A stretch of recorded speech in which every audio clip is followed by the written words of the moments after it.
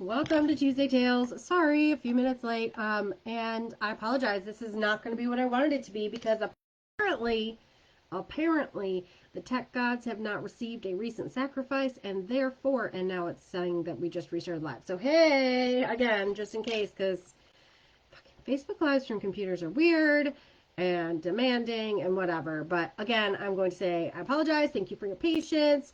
And this is not going to be how I intended it to be today because the tech gods have not received a recent sacrifice, apparently. So, therefore, they would not log me into Zoom. Whatever. I don't know. It wouldn't connect to Zoom, and therefore I cannot share my screen. Or, I mean, I probably could, but, let's be honest. I have been struggling just to make the regular Facebook Live for my computer work, so probably not gonna fuss with it and try and make it share my screen. But anyways, welcome to our first Tuesday Tales. I know, isn't it cute? Tuesday Tales. 20 minutes today, 2 o'clock, every Tuesday, really. Every Tuesday, 20 minutes. We're gonna learn some shit. So I had asked not that long ago in the group things that you guys were interested in learning about. And all of those things I will cover. I wanted to start today with movement. And so if you were one of those people that requested to learn about movement of the horse and understanding movement of the horse, please comment. Tell me specifically what you want to know, because movement is a pretty broad topic. There are a couple of schools of thought to this. I think the one that everybody is most familiar with is biomechanics, which makes sense. It's the mechanical moving of the living being, and thank God everybody's talking about it now, because when I got my certification, nigh on 6 years ago-ish, I don't know, when I really went through that education of anatomy and everything, biomechanics was a very new topic. People weren't talking about it. And when I went through, I was like, oh, this explains all of the problems that my horses have had growing up. This explains so much. And one of the things that stood out to me, I just remember being flabbergasted and messaging my mother right away and being like, oh my gosh. Because, and we see a lot of it now where people have bell boots on their horses all the time to keep shoes from getting pulled off. Well, I can tell you that, and this was the thing that flabbergasted me, right? If you have a horse that's constantly pulling shoes, its front shoes with its hind feet, or interfering even, causing cuts and damage to the heels of the front feet because of the hind feet, so back in the day, our horses, if that started to happen, we'd square off their toes, right? We'd just square off their toes. Problem solved. Toes shorter, whatever. Put a bell boot on. Problem solved. Turns out, and this makes perfect sense, and why we never thought about it, I don't know, but the shoulder muscles are sore in most cases. In most cases, the shoulder muscles are sore, which is preventing the shoulder from moving the leg fast enough to get it out of the way of the hind foot. What an easy solution. A little tiny shoulder massage. I mean, that's going to really help the situation. But now, to be clear, we are talking about movement, and unless, I have something in mind that I want to talk to you guys about, and I'm going to get sidetracked, and that's the way these things are going to go. Unless you guys can give me exactly what you're looking for, I'm going to get sidetracked, and we're going to talk about a lot of different things. But on the note of sore shoulders and forging or interference, hind to front, and saying that we can just do a little shoulder massage and make a difference. I mean, yes, we absolutely can. But here's my caveat to that. There's no such thing as treating one area and creating balance, right? And that's the ultimate goal. We want, and that's the ultimate goal of movement, is balance and as much symmetry as possible. Perfect symmetry is not going to exist. The natural world does not consist of perfect symmetry. Very close, right? There's snowflakes are very close. Patterns in rivers and rocks and things, they get really close. But when it comes to creatures like us and like horses, and we have musculature and slight differences, say, in the way your skull is formed, or slight differences in length, and I'm talking micro differences in length of bones, shape of bones, and things like that, the musculature and soft tissue that goes over that is also going to be slightly off. And it's going to, all of those angles and everything plays into it. Like, it's all very complicated and also very simple when we look at it as a whole, okay? Simple, not easy. Simple, not easy. So it makes perfect sense then that if we have, for example, one leg that's longer than the other, we're also going to have varying degrees of musculature in the body to make up for that difference in skeletal structure. Now, what I really want to talk to you about today, now that we've got that out of the way, like we need to address the whole horse, not just one part at a time, and that is the benefit of working with a professional or becoming trained yourself. You can become trained. It is not that complicated. It is the best investment you will ever make to learn how to massage your horse yourself, to learn how to evaluate your horse yourself. I get it though, if you don't feel like you have time to dedicate to that. I mean, I would argue that you can make time, but everybody's in a different place, and that's totally fine. But it is the best investment you could ever make, is to learn yourself so that you can evaluate yourself and get yourself involved in a program that would offer you know, some kind of mentoring and masterminding past certification. That is something that my program offers, because we need to be able to confer with one another. I always tell clients that you are the best person to help your horse, and that I stand up by that. I stand by that. There's still times when I call my practitioner friends and I say, hey, practitioner friends, and I say, hey, will you look at this? Because we miss things, right? We miss things. Sometimes we're too close. We're too emotionally invested. And, you know, even that we've seen something, but we're like, it's, you know, for whatever reason, we thought it's not that. And somebody else will be like, no, I agree with you. It is that. Go for it, right? So if you're going to learn, get a program that is going to support you past certification. Anyway, what I wanted to share with you today is the very foundation of movement. So I mentioned biomechanics. The other thought process here is biotensegrity. Same, where it's bio is life. Okay, so we have mechanics, how things work mechanically. And then tensegrity is kind of like a way of looking at balance structures, but balance structures that aren't, okay, so like vehicles are mechanical. They have metal structure, they have attachments where one solid structure is attached to another solid structure, there's gears and things like that turn. In tensegrity, there is no solid to solid. It's solid connected with elasticity that is holding up the structure and maintaining it. So you could think of, I don't have a good example off the top of my head, but it makes me think of kind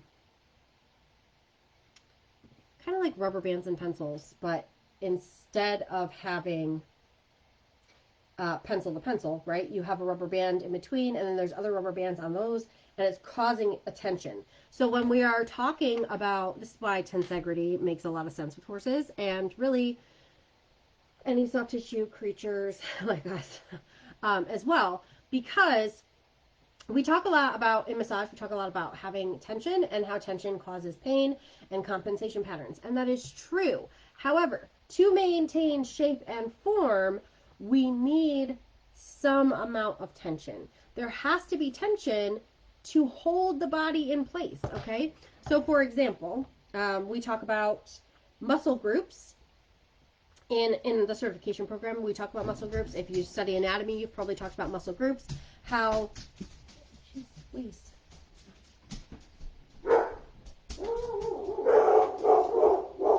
Hold on.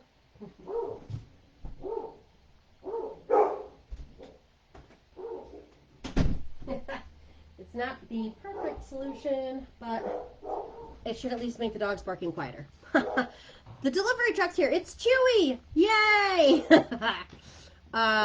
And the sad thing is it's not even like something fun for the dogs. It's totally for the cats. They're going to be disappointed.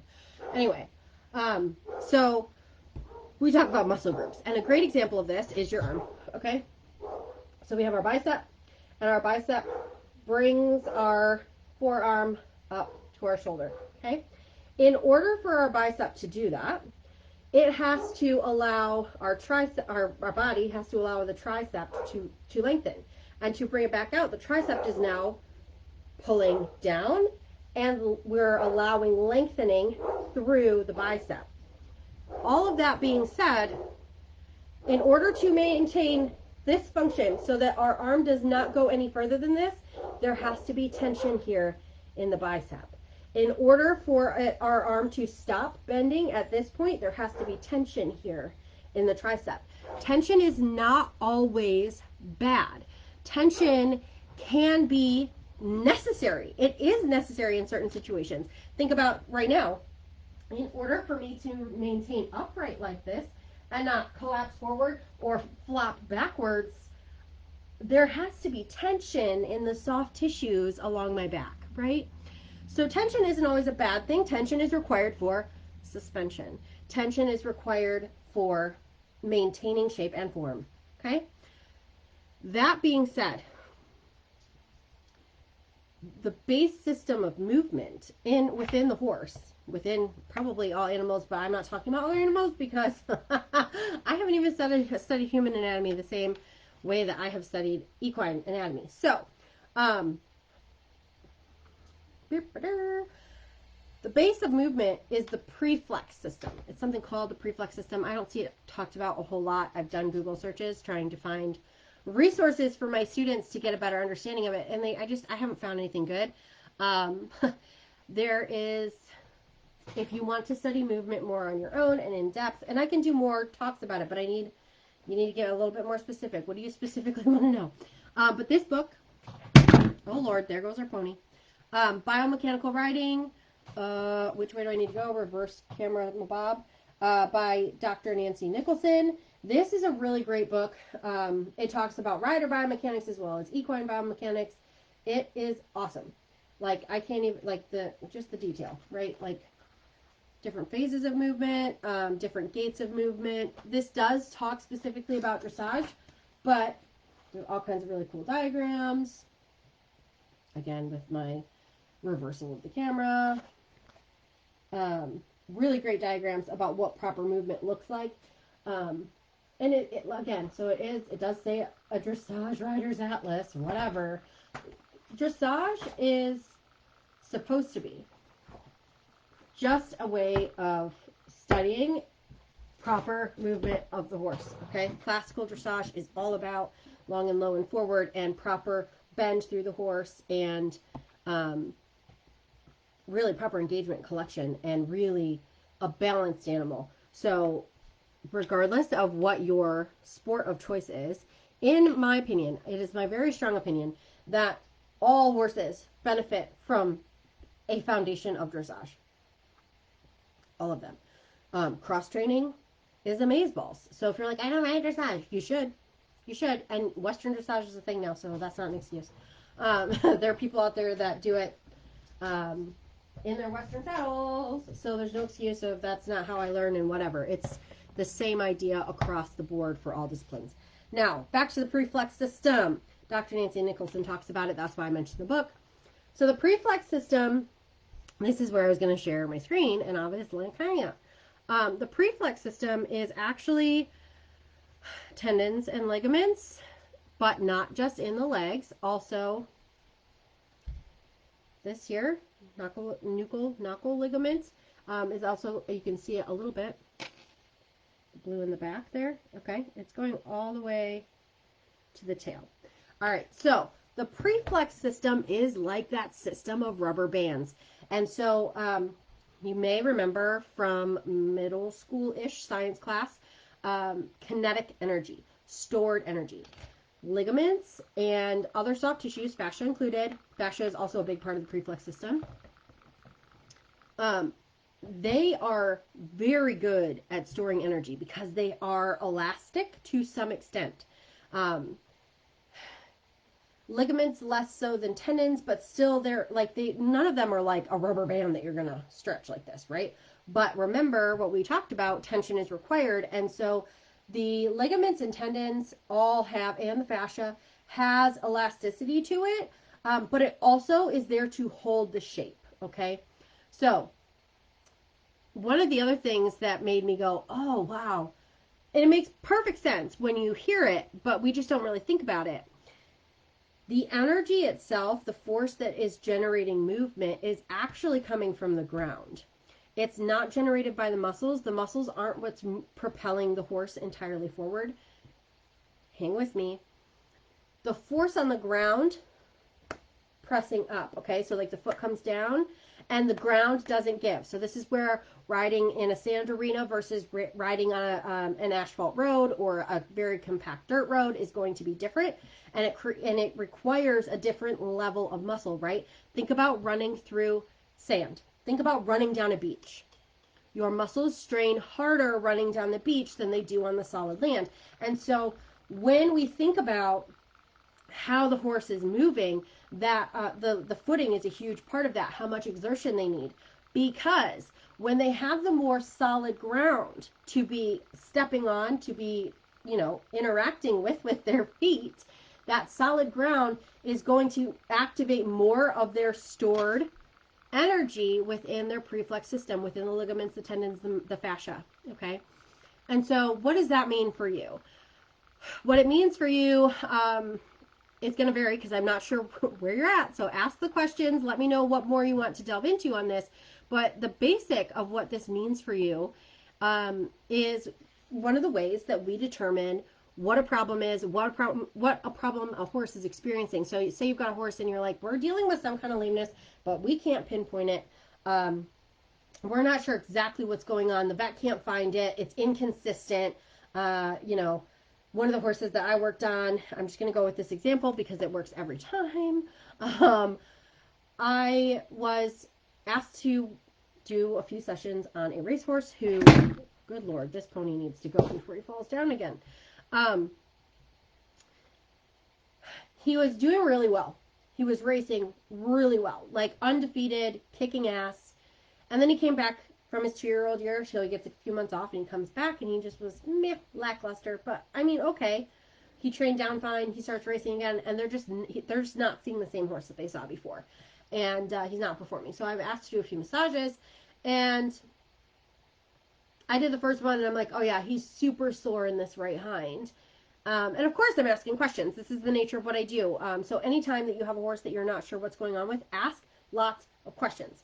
Don't stop asking questions until you have the answer, because curiosity is going to lead you down the path that's going to discover eventually what's going on. And when you get to the end and you put all the pieces together and you're like, oh my gosh, this all makes perfect sense, you got to keep asking questions. So of course I'm asking, like, okay, well, what imaging have you done? What have the vets done? What have they found?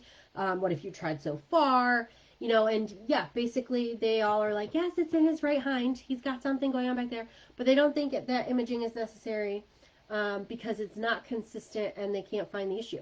And then just in passing one day, I was, asking, I came back and made a bun for the second session with him. I don't remember. It was a couple years ago. So I came back and I was asking, how's it going? What's going on? Well, he was supposed to go to race, and we were unable to race him because when we got there and we were at the track, he was dead lame, and we weren't going to, he's showing dead lame. We're not going to move forward with him. So here's the thing. At home when he's working and they're getting inconsistent lameness, he works in sand. He's working in a sand track, and his turnout is, decently soft pasture, and it's free, so it's not like he's going to be running around if he's sore, right? So when he goes down to the racetrack is a more solid surface. It is limestone. It doesn't have the same give. He's showing lame on solid ground and sound-ish, right? Or more sound, less noticeably lame, if at all noticeably lame, in the sand track. So what does that tell us? Well, now remember what I said. It's going to take more soft tissue effort in the sand setting, because that soft tissue doesn't have a solid place to use its stored kinetic energy against, okay? In addition, in sand or softer terrain, the lower leg is going to require more stability, which is going to strain soft tissues, okay? So when we get to the hard ground and he has got the added advantage of the hard ground creating a force against his foot and allowing him to use that stored kinetic energy, and he's now showing lame. This isn't a soft tissue issue, right? A soft tissue issue. A soft tissue issue is going to show more in soft terrain because it's going to require more of the soft tissue's function in the soft terrain. When we are on hard terrain, we require less effort from the soft tissue. But in this case, we're seeing more of a pain response. That tells us it's a bone issue. So we were able to, after the vet was like, we don't need to do imaging. I was like, you do need to do imaging. You need to get insistent. You need to get an x-ray. Yep. He had a broken bone. And so understanding that the preflex system, which is basically saying the underlying system of movement here, is going to be soft tissue. Yes, the bones are necessary to have something solid, right, for the soft tissues to maneuver and to hold a shape. But realistically, with the amount of soft tissue that is in the body, the soft tissue and the tension in the soft tissue is actually what is creating and holding shape, depending on where the tension is held. Okay. So preflex is kind of the underlying movement system, and it is based in soft tissue. It is fascia, it is ligaments, it is tendons. And yeah, so that is our 20 minutes today. That is our Tuesday Tales. So again, feel free to pop in the comments here, ask your questions. What more do you want to know about movement? What specifically is your interest in movement? Why?